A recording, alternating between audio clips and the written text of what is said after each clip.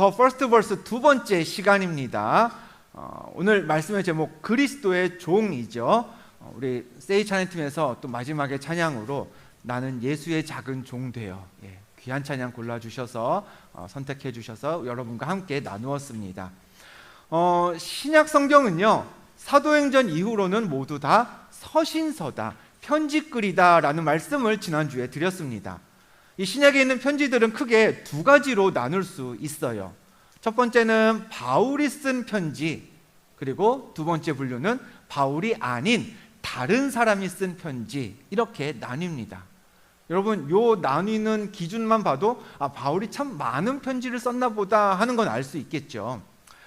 성경에 기록된 순서대로 마태, 마가, 누가, 요한, 신약이 이렇게 쭉 가죠. 그 순서대로 봤을 때 먼저 앞부분에 등장하는 편지들, 그러니까 사도행전 뒤부터 시작해서 로마서죠. 로마서부터 빌레몬서까지가 바울이 쓴 편지글입니다. 그러면 그 이후에 신약성경 뒤쪽에 있는 서신들은 야고보, 베드로, 요한 같은 각기 다른 여러 저자들이 기록한 편지가 되겠죠. 이렇게 두 부류로 나눈 편지들은 이름에서도 특징이 구별됩니다. 바울이 쓴 편지는 편지를 받는 사람, 즉 수신인이 편지의 제목이 됩니다. 그럼 로마서, 바울이 누구한테 쓴 편지예요? 로마 교회와 로마 교회 성도들한테 쓴 편지예요. 빌립보서는요, 바울이 누구한테? 빌립보 교회와 성도들한테 썼구나 라는 걸 알 수 있습니다. 반대로요, 바울 외에 다른 사람들이 쓴 편지는 누가 쓴 편지인지, 즉 편지의 발신인에 따라 제목이 정해져요. 베드로 전서와 후서 누가 썼나요? 베드로가 썼습니다. 요한 1서, 2서, 3서 요한이 썼죠. 오늘 우리가 읽은 야고보서는 야고보가 쓴 편지입니다.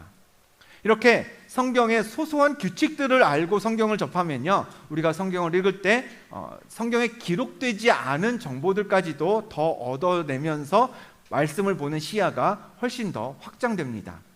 그럼 어디서 우리가 이렇게 말씀을 읽는 넓은 시야를 얻을 수 있는 꿀팁들을 가질 수 있느냐? 곧 시작하는 밴드 성경 공부 기억하시죠? 수강하시면 얻을 수 있습니다. 분명히 광고 시간 아닌데 뭔가 광고를 듣는 것 같죠? PPL이라 생각하시고요. 이번에 레벨 1, 레벨 2, 레벨 3, 2나 3를 들으시는 분들도 계십니다. 그런데 아직 레벨 1도 시작하지 않으신 분도 계시죠? 훨씬 많습니다. 지금이라도 시작하셔야 이제 이번 학기부터 마련되는 레벨 3 강의들이 매 학기 새로운 강의들이 업그레이드 될 거거든요. 그 3 강의를 들으시려면 1, 2, 1년 동안 단계를 잘 밟으셔야 됩니다. 수강하실 분들 10월 21일인가요? 네, 그때 화요일인데 그때부터 4주 동안 온라인 줌으로 공부가 시작됩니다. 저한테 말씀하시길 바라요. 자, 오늘 우리가 읽은 보면 야고보서가 시작되는 그 첫 말씀은 짧지만 편지글에 꼭 필요한 형식들이 다 들어가 있는 구절이에요. 함께 본문 다시 한번 읽어볼까요? 화면을 보시고 읽어보겠습니다. 시작. 하나님과 주 예수 그리스도의 종 야고보는 흩어져 있는 12지파에게 문안하노라. 아멘. 마지막에 문안하노라 했으니까 뭐예요? 인사말이 들어가 있는 거예요. 그리고 편지의 발신인이 누구인지도 명시되어 있습니다. 야고보가 문안하노라 했으니 이건 야고보가 쓴 글이구나, 우리가 분명히 알 수 있습니다. 편지를 받는 수신인 누군가요? 노란색으로 표시되어 있죠. 흩어져 있는 12지파라고 했습니다. 여러분, 지난 수련회 때 각 조마다 나이 순으로 이름을 하나씩 드렸습니다. 기억나시나요? 야곱의 12아들 르우벤부터 시작해서 막내 베냐민까지의 이 12사람은 훗날 이스라엘 12지파의 뿌리가 됩니다. 예수님 시대의 12지파에 속한 유대인들은 물론 많은 수가 여전히 유대 땅에 남아있긴 했지만 일부는, 또 그 중에 많은 비중은 그리스, 튀르키예, 멀게는 이집트와 북아프리카 지역, 로마까지 곳곳으로 흩어져 살고 있었어요. 다시 말해서 야고보가 야고보서를 쓴 이유는 누구 한 사람, 어느 한 교회에 할 말이 있어서 쓴 게 아니라 각 지에 흩어져 있는 초대교회와 그 초대교회를 이루는 모든 성도들이 다 이 편지를 좀 열람했으면 좋겠다, 이걸 바라면서 기록한 편지라고 아시면 되겠습니다. 그럼 여러분, 이걸 생각해 볼게요. 어제 우리 전도할 때도 이제 물티슈를 막 이렇게 나누어 주는데 어떤 분이 물티슈를 받더니 물으셨답니다. 어느 교단 소속이에요? 라고 물으셨더라고요. 여러분, 우리 교회가 어느 교단에 속해 있습니까? 네, 장로교? 아니죠. 성결교? 아니에요. 감리교단에 속한 감리교회입니다. 그럼 만약에 제가 대한민국에 있는 온 교회는 차치하고 그냥 한국에 있는 모든 감리교회의 야고보처럼 편지를 보낸다라고 생각해 보세요. 사람들이 뜯어나 볼까요? 뭐야 이거? 부천의 미라클 기둥교회 안원섭 누군데? 몰라, 그냥 뭐 광고겠지, 뭐 돈 내라는 거 아니야? 그러면서 아마 태반은 뜯지도 않을 겁니다. 그런데 이제 고신일 감독님이 교단과 연회의 이름으로 편지를 보내면 조금 다르겠죠. 이거 무슨 혹시 중요한 공지사항 아닐까? 교회랑 관련된 일인데 나중에 몰라서 피해보면 안 되니까 한번 뜯어서 읽어나 보자 하면서 살펴는 볼 겁니다. 그럼 같은 차원에서 생각해 보자고요. 야고보서가 흩어진 이스라엘 12지파, 즉 곳곳에서 부흥하고 있는 모든 초대교회를 상대로 쓴 편지라면, 그러면 이 발신자가 누구인지가 굉장히 중요합니다.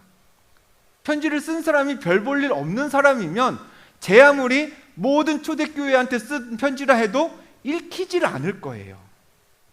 어느 정도 권위가 있어야, 어느 정도 이 사람이 누구인지 알려져 있고 신뢰도가 높아야 그 편지가 곳곳에 있는 교회와 성도들에게 읽힐 겁니다. 그럼 여러분, 신약성경에 야고보라는 이름을 가진 여러 사람이 있어요. 동명이인이 크게 3명 정도가 있습니다. 여러분 보시는 화면에 제임스라는 이름이 보이시죠? 제임스가 우리 성경에 기록된 야고보예요. 영어식으로 제임스입니다. 일단 제임스, 야고보, 예수님의 12제자 중에만 2명의 야고보가 있습니다. 첫 번째 야고보는 세베대의 아들 야고보예요. 고기 잡는 어부였다가 예수님을 만나서 제자가 된 사람 중 한 명입니다. 요한복음 기록한 사도 요한과 형제이기도 합니다. 또 이름은 같지만 다른 제자, 알페오의 아들 야고보라는 예수님의 제자도 있었습니다.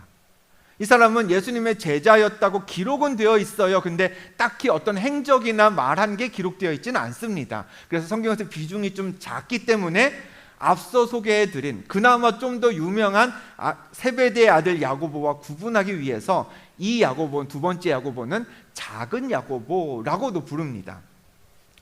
마지막 세 번째 야고보는 예수님의 형제 야고보예요. 아마도 동생이었을 것으로 추정되는 야고보가 또 한 사람 있습니다.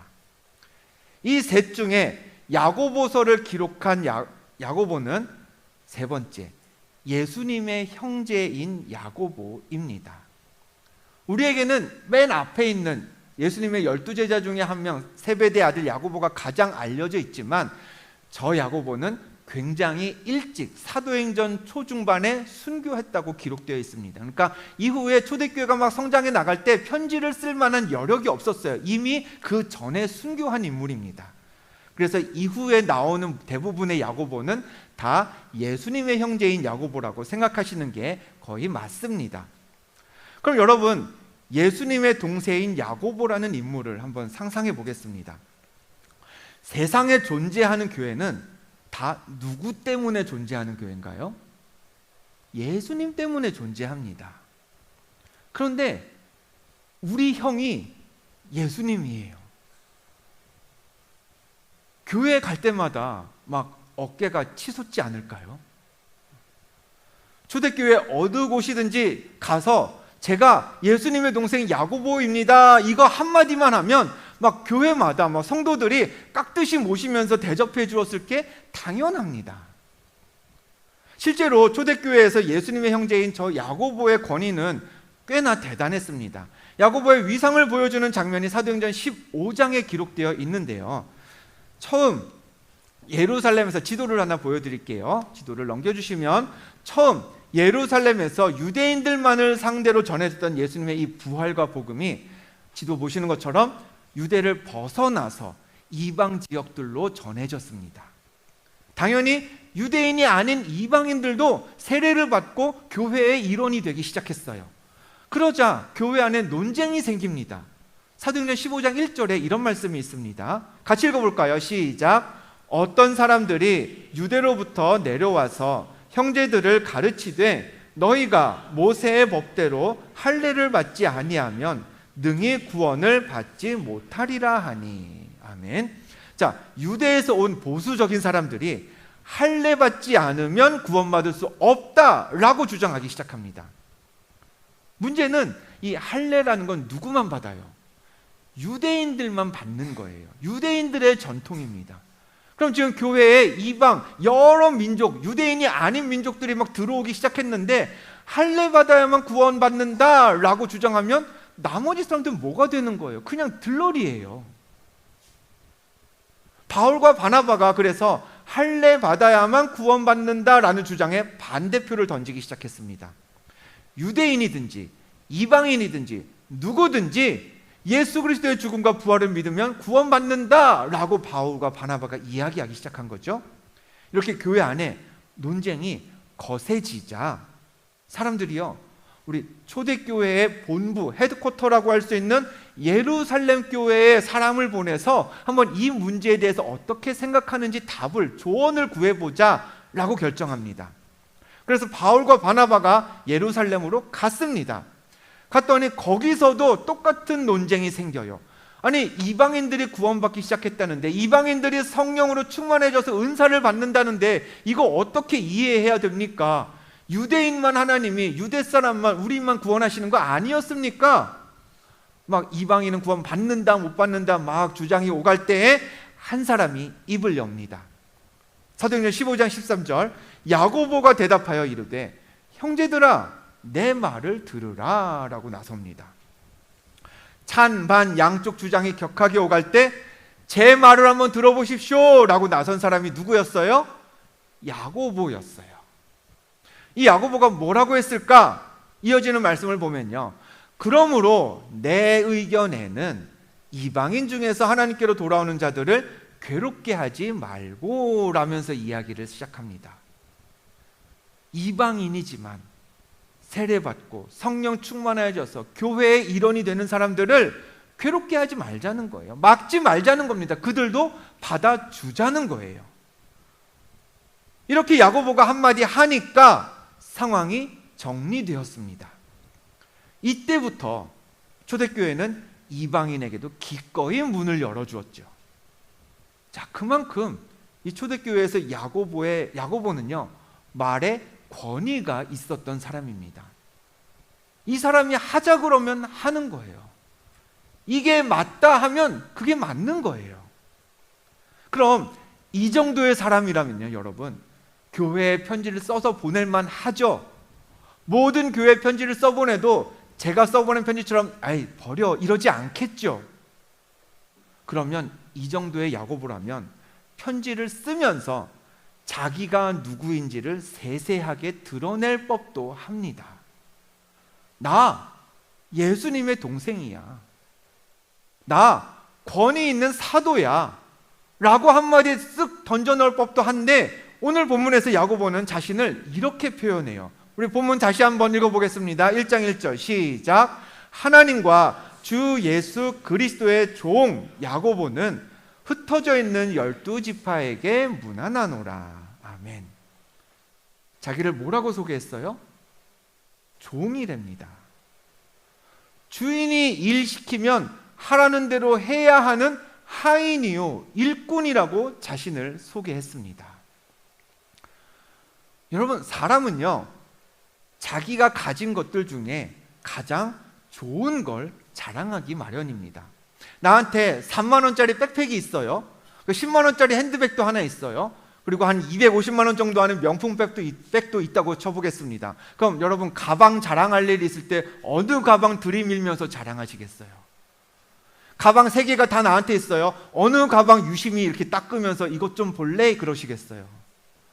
제일 비싼 거 가지고 말하지 않겠어요? 명품백 들고 자랑할 겁니다. 명품백 있는데 3만 원짜리 보면서 이거 봐라 하지 않겠죠. 여러분, 야고보에게는 여러 직책이 있었어요. 첫 번째, 예수님의 형제였습니다. 이것도 초대교회에서는 결코 무시 못할 직책이었습니다. 굉장한 특권이었죠. 세상에 예수님의 형제가 뭐 여러 명 됩니까? 네. 이미 그 누가 노력해서 얻을 수 없는 권한이었습니다. 두 번째, 모든 초대교회가 그를 사도로 여겼습니다. 동시에 야고보는 하나님의 일꾼이요 그리스도의 종이었습니다. 이 중에 지금 야고보가 온 교회를 향해 편지를 보내면서 드러내고 있는 직책이 뭐예요? 그리스도의 종이에요. 왜 그랬을까요? 그게 자기가 가진 이런 직책들 중에 제일 베스트라고 여겼던 겁니다. 내가 가진 이 수많은 타이틀, 여러 가지 타이틀 중에 난 이게 제일 자랑스러워 라고 생각했던 거죠. 야고보에게는 예수님이 내 형이라는 그 혈통이 중요하지 않았습니다. 남들이 나를 사도라 불러주는 그 직책이 중요하지 않았어요. 하나님은 나의 통치자십니다. 나는 그분의 피조물입니다. 예수 그리스도는 나의 주인이 되시고 나는 그분의 종입니다. 이게 야고보 인생의 가장 중요한 이슈였고요. 이게 그가 가진 정체성의 핵심이었습니다. 야고보만이 아니에요. 성경은요, 아브라함을 가리켜서 주의 종이라고 표현합니다. 모세는 여호와의 종이라고 성경에 수도 없이 기록되어 있습니다. 다니엘, 이방 사람인 바벨론 왕한테 넌 하나님의 종이구나 라고 불렸던 사람이에요. 엘리야는요, 자신이 주의 종인 것을 모든 사람들이 알게 하옵소서 라고 하나님께 기도했습니다. 이 굵직굵직한, 우리가 이름만 말해도 잘 알고 있는 이 신앙의 위인들이 여러분 달리 집어넣을 타이틀이 없어서 난 하나님의 종입니다, 난 주의 종입니다 이랬을까요? 혈통을 자랑해도 되고요, 가진 것 자랑할 수도 있지만 하나님을 주인으로 믿고 섬기는 삶, 그분의 뜻과 계획에 순종하면서 종으로 살아가는 게 그게 제일 귀하고 내 인생의 가장 큰 자랑이다 라는 것들을 이 위인들이 깨달았기 때문에 기꺼이 난 종입니다 라고 불렸던 겁니다. 우리 교회 첫 모잠비크 단기 선교는 2019년 여름에 진행되었습니다. 그때가 이제 1기 선교팀이었어요. 1기 선교팀 다녀오신 분들이 여기 많이 계십니다. 사진 속에 보시면 벌써 이제 아기 엄마가 되신 분들도 있고, 네, 이제 11월에 결혼하시는 분도 있고, 네, 또 우리 필라장님들 중에도, 임원들 중에도 첫 선교를 함께 다녀오신 분들이 계신데요. 기억하시는지 모르겠어요. 현지에서 보내는 마지막 밤에 김광희 선교사님과 함께 기도 모임을 가지면서 이제 선교를 마치는 소감을 서로 나누었었습니다. 그때 한 청년이 굉장히 안타까운 심정으로 이런 얘기를 꺼냈어요. 선교 준비된 일정은 다 끝났는데 저는 아직 제가 왜 여기에 왔는지 모르겠습니다. 하나님이 무엇 때문에 나를 이곳에 보내셨는지 아직 답을 찾질 못했습니다. 그게 그냥 슬쩍 지나가는 한마디였거든요. 6년 전의 이야기입니다. 근데 그 한마디가 아직 제 마음에, 제 기억에 있다는 건 저도요, 그 얘기를 듣는 게 꽤나 안타까웠기 때문이었다는 얘기겠죠. 2019년의 선교가 교회적으로도 첫 해외 단기 선교였지만 저도 마찬가지였습니다. 태어나서 처음 인솔자로 떠나는 선교였습니다. 첫 선교였으니 팀원들 전부가 막 뿌듯함을 가지고 만족함을 가지고 은혜 충만해져서 그렇게 돌아오기를 바랬는데 마지막 날에 하나님의 목적을 모르겠다라고 이야기를 하니 마치 그 책임이 다 저한테 있는 것처럼 그렇게 느껴졌습니다. 얼마 전이었어요. 지난달이었을까요? 제가 책을 읽다가 한 선교단체의 홍보 사진을 접하게 되었습니다. YWM이라고도 하죠. 예수전도단의 홍보물입니다. 이 단체의 모토가 뭐라고 써 있나요? Go for God 이라고 되어 있습니다. 하나님을 위해 간다. 하나님을 위해 떠난다라는 거죠. 전 책에서 이 사진을 보면서 6년 전에 모잠비크에서 나눴던 그 마지막 날 밤의 대화가 생각이 났습니다. 여러분, 우리가 선교를 가는 게 누구 때문인가요? 우리가 선교를 떠나는 게 누구를 위해서인가요? 우리는 선교를 준비하면서 이렇게 기도합니다. 하나님 나라를 위해 제가 가겠습니다. 하나님, 그리스도의 증인이라는 그 하나님이 내게 주신 그 사명 감당하기 위해 제가 당신을 위해 떠나겠습니다. 우리는 다 하나님을 위해 선교를 갑니다. 하나님이 시키셨으니, 복음 전하라고 나에게 명하셨으니 그래서 가는 거죠. 예수 이름으로 누군가를 섬기는 걸 하나님이 기뻐하시니 우리를 통해서 기뻐하실 하나님을 위해 가는 게 선교 여행입니다. 그리스도의 종으로서 go for God 하는 게 선교인 거죠. 그러면 선교를 마치고 내가 왔는데 내가 얻어온 게 없다면, 그래서 하나님이 날 보내신 이유와 목적을 모르겠다면 여러분, 그 선교 실패한 걸까요? 아닙니다. 우리가 선교를 가는 이유는요, 이미 출발 전부터 정해져 있었습니다. 하나님이 가라시니, 하나님이 기뻐하시니 가는 거였죠. 그게 이유입니다. 우리가 선교 가는 목적도 이미 다 정해져 있었어요. 하나님 나라를 넓히려고, 예수 이름을 전하려고 가는 거였습니다. 다른 목적 없어요. 내가 어떤 은혜를 받고 내가 내 시야와 내 견문을 넓히려고, 이건요 그리스도의 종인 우리가 바라거나 기대할 내용이 아닙니다. 은혜 받으려고 가는 건, 그건 go for God이 아니라 go for me겠죠. 하루는 아내가 일터에 갔다가 오면서 책을 한 권 가지고 왔어요. 한 청년이, 아내와 알고 있는 한 청년이 베트남으로 1년 동안 선교를 갔습니다. 가서 현지 선교사님들의 사역을 돕고 1년 후에 왔는데, 이제 그 흔적을 자기가 이제 개인적으로 포토북으로 만들어서 저희 아내한테 주었습니다. 제목이 보이실까요? 보이시면 같이 한번 읽어보겠습니다. 시작. 드린 줄 알았으나 받았습니다. 이게 포토북의 제목이었습니다. 여러분, 저게 정말 선교 아닐까요? 이게 그리스도의 종이 떠나야 하는 go for God의 여정입니다. 내가 가진 걸 드리러 가는 겁니다. 내가 가진 예수의 이름을 나누어 주러 가는 겁니다. 하나님이 그렇게 하라고 명하셨고 그걸 기뻐하시기 때문에 나누고 베풀려고 가는 게 선교죠. 근데 나는 분명 뭐 하러 갔어요? 드리러 갔어요. 근데 의외로 생각 외에 받은 것도 막 생기네요. 선교지에 갔더니 생각이 깨어집니다. 가치관의 변화가 생깁니다. 그래서 내가 더 성장한 게 느껴져요. 은혜 받아서 내 기도가 달라집니다.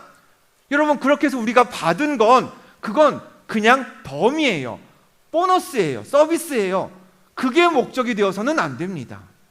종이 무슨 목적을 가지고 일을 합니까? 주인이 시켰으니 하는 거죠.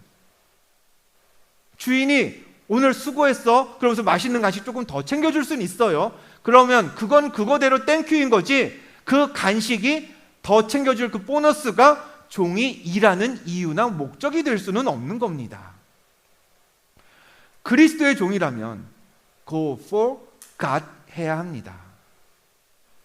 지금까지 여러분이 하나님의 영광을 위해 산다고 하면서 내가 받을 영광이 없을 때 낙심했다면, 지금까지 여러분이 하나님을 향해 주님이라고 외치면서 내가 은혜 받지 못하고 내가 깨달아지지 않았을 때 불평하셨다면, 하나님 아무것도 바라지 않고 그저 하나님 좋아하시고 기뻐하시는 일이라니 제가 한번 해보겠습니다, 이렇게 결단하는 때가 이제 필요합니다. 그리고 그 결단대로 살아갈 기간 단 며칠이라도 여러분 한번 만들어 보시기를 오늘 제가 여러분에게 권면하려고 합니다. 내년도 모잠비크 단기 선교팀의 주제를 정했습니다. 앞서 보신 예수전도단의 문구를 그냥 대놓고 카피했습니다.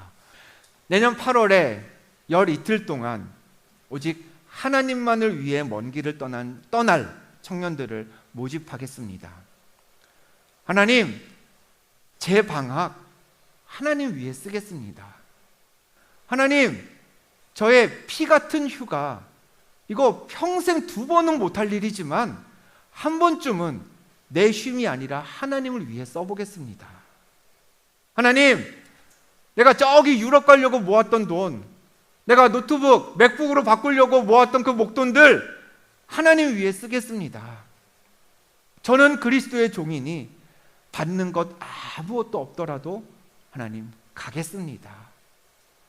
그런 결단으로 Go for God 해보실 그리스도의 종이 되실 분들을 오늘 찾습니다.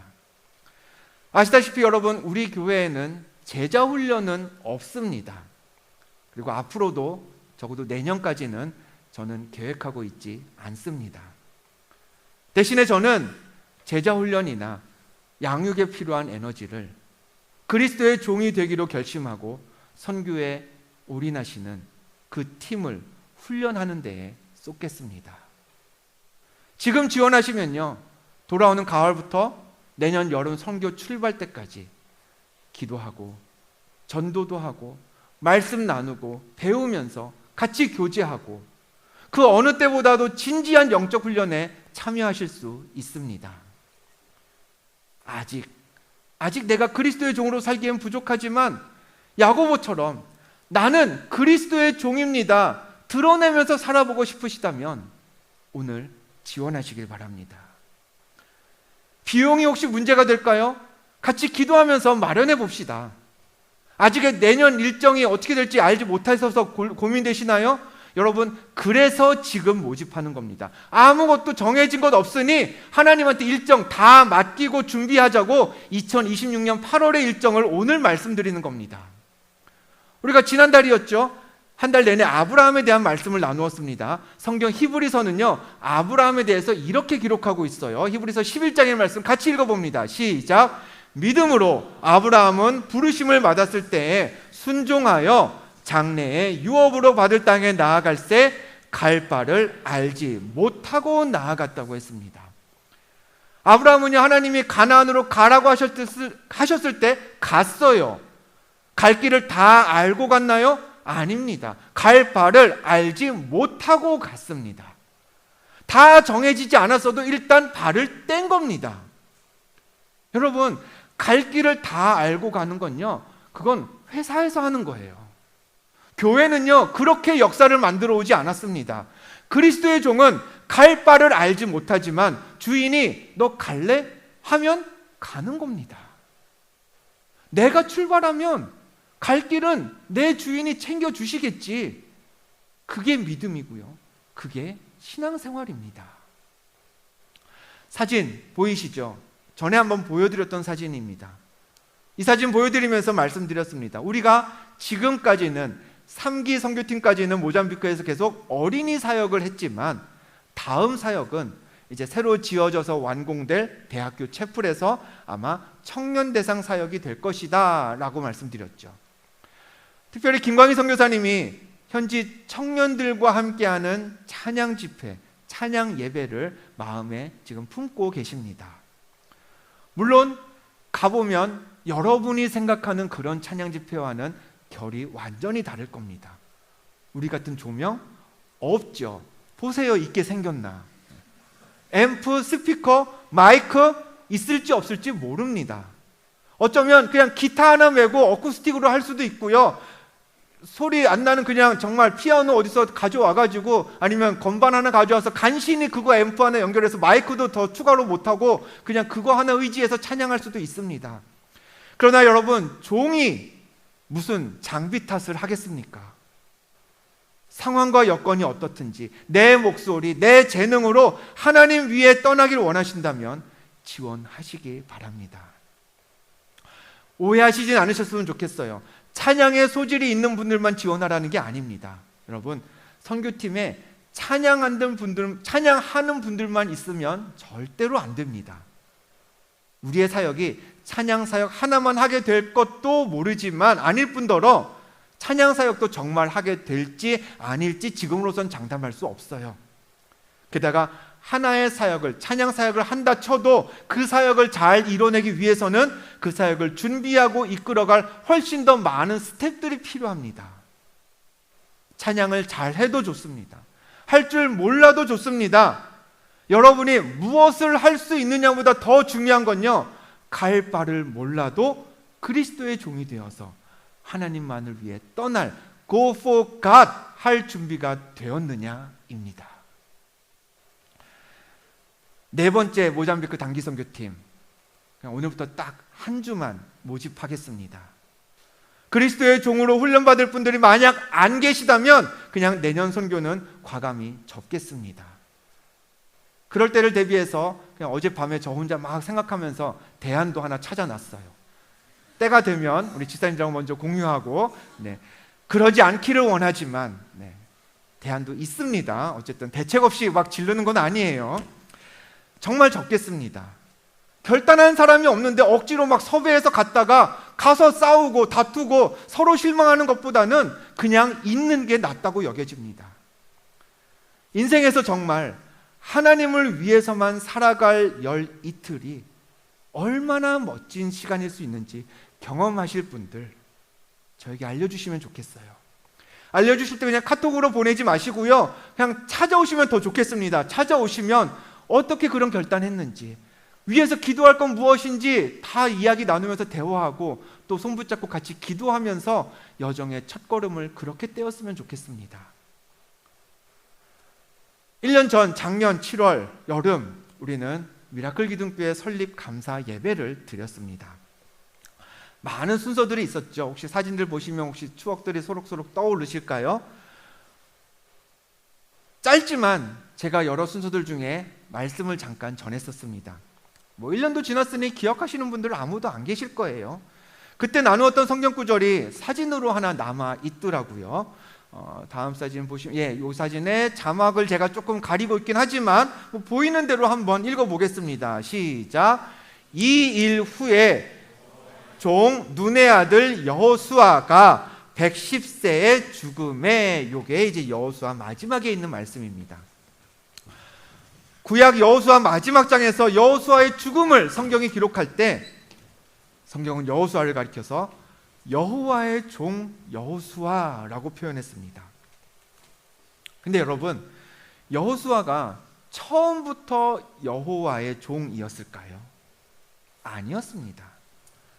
여호수아서의 끝에서는 죄송합니다. 끝에서는 여호와의 종이었지만 여호수아서의 시작하는 1장 1절에서는 뭐라고 기록되어 있는지 아세요? 자막을 보고 같이 읽어볼까요? 시작. 여호와의 종 모세가 죽은 후에 여호와께서 모세의 수종자 눈의 아들 여호수아에게 말씀하셨다고 기록되어 있어요. 처음에는 여호와의 종은 누구만 여호와의 종이었어요? 모세만 여호와의 종이었어요. 여호수아는 뭐라고 되어 있어요? 한낱 모세의 수종자에 불과했어요. 모세의 제자란 얘기예요. 모세 밑에 있었던 사람이란 얘기예요. 그런데 그냥 모세의 수종자였던 여호수아가 한평생 이스라엘의 리더로 사역한 후에 하나님의 부르심을 받을 때가 되자 성경은 여호수아에게도 여호와의 종이라는 영광된 타이틀을 부여해 주었습니다. 저는 20년 가까이 기둥교회에서 고신일 감독님에게 목회를 배웠습니다. 그래서 이제 교단에 어른분들 만나 뵈면요, 당연히 제 이름 석자는 모르셔요. 그래도 저는 고신일 목사님 밑에서 일했습니다. 10몇 년, 20년 가까이 목회했습니다. 그렇게 얘기하면 아는 척도 해주시고요. 많은 분들이 격려를 해주십니다. 아유, 되게 힘들었겠네 하시면서. 설립 감사 예배 때 제가 드렸던 메시지는 이거였습니다. 지금은 제가 어디 가면 고신일 감독님의 수종자입니다. 그렇지만 목회를 마치고 나중에 하나님 앞에 섰을 때 여호수아처럼 제 수식어가 바뀔 수 있도록 여호와의 종이라 불릴 수 있게끔 하나님께 충성하는 목회자가 되겠다라는 다짐을 여러분 앞에서 말씀드렸었습니다. 여러분도 지금은 누군가의 그늘 아래 계실 겁니다. 아직은 부모님 밑에서 누구의 아들, 어느 집 딸 그렇게 불리겠죠. 학교에서는 아무개 교수님에게 배운 그분의 제자가 될 거고요. 회사에서는 아무개 팀장 밑에 있는 팀원일 겁니다. 근데 우리 더 늦기 전에 그런 우리의 수식어를 한번 바꾸어 봅시다. 나이가 들면요 사람 안 변한다고 그러죠. 여러분 40대고 50대면요 그땐 그냥 자기 생각 지키면서 사는 거예요. 정체성이란 건요, 인생관이란 건요, 여러분처럼 젊었을 때 바꿀 수 있는 겁니다. 미라클 기독교에서 신앙생활하는 이 청년의 시기에 여러분을 정의하는 한마디가 누군가의 수종자에서 여호와의 종으로 바뀔 수 있기를 주님의 이름으로 축복합니다. 학교에서 무슨 상을 받았다는 타이틀 좋죠. 회사에서 능력 있다고 인정받는 것 좋습니다. 가진 것 많은 자산가라는 평판 더 좋겠죠. 하나님, 저는 그리스도의 종이라는 정체성이 가장 귀합니다. 하나님, 나는 하나님이 명하시고 예수님, 그리스도 그분이 원하시면 그대로 행하고 움직이며 살아가는 사람 되겠습니다. 하나님, 그게 저입니다. 세상은 바보같이 여길지라도 그런 그리스도의 종의 삶에 욕심내시기를 부탁드립니다. 하나님의 종, 그리스도의 종, 이 타이틀을 얻기까지 끝까지 하나님을 위해 살아갈 수 있는, 예수 그리스도를 위해 떠날 수 있는 그런 여러분이 다 되시기를 주님의 이름으로 축원드립니다.